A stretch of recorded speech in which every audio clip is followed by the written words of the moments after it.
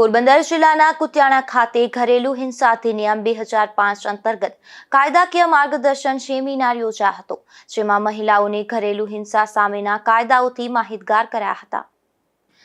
મહિલા અને બાળ વિકાસ વિભાગ ગાંધીનગર તથા જિલ્લા મહિલા અને બાળ અધિકારીની કચેરી પોરબંદર દ્વારા કુતિયાણા તાલુકાના ICDS કચેરી ખાતે આંગણવાડી કાર્યકર બહેનો માટે ઘરેલુ હિંસા અધિનિયમ 2005 અંતર્ગત એક વિશેષ કાયદાકીય માર્ગદર્શન સેમિનારનું આયોજન કરવામાં આવ્યું હતું।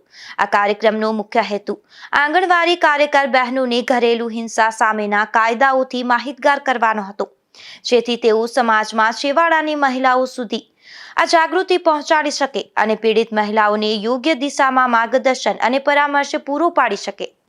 આ સેમિનારનું આયોજન જિલ્લા મહિલા અને બાળ અધિકારી HB ટાટાણીના માર્ગદર્શન હેઠળ કરવામાં આવ્યું હતું। આ સેમિનારમાં ઉપસ્થિત PBSCના કાઉન્સિલર હેતલબેન પંડ્યા દ્વારા મહિલાઓ માટેના સહાય કેન્દ્રોની કામગીરી, પોલીસ સહાય, મનોવૈજ્ઞાનિક કાઉન્સિલિંગ અને પ્રી મેરેજ કાઉન્સિલિંગ વિશે વિસ્તૃત માહિતી આપવામાં આવી હતી।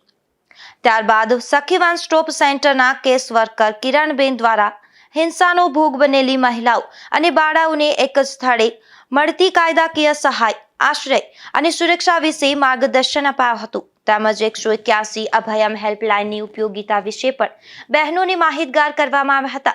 મહિલા સશક્તિકરણને વેગ આપવા માટે ડિસ્ટ્રિક્ટ મિશન કોઓર્ડિનેટર સંધ્યાબેન જોશી દ્વારા વહાલી દીકરી યોજના, ગંગા સ્વરૂપા આર્થિક સહાય યોજના, ગંગા સ્વરૂપા પુનઃલગ્ન સહાય યોજના, બેટી બચાવો બેટી પઢાઓ અને બાલિકા પંચાયત જેવી મહિલાલક્ષી યોજનાઓ વિશે ઝીણવટભરી માહિતી પૂરી પાડવામાં આવી હતી।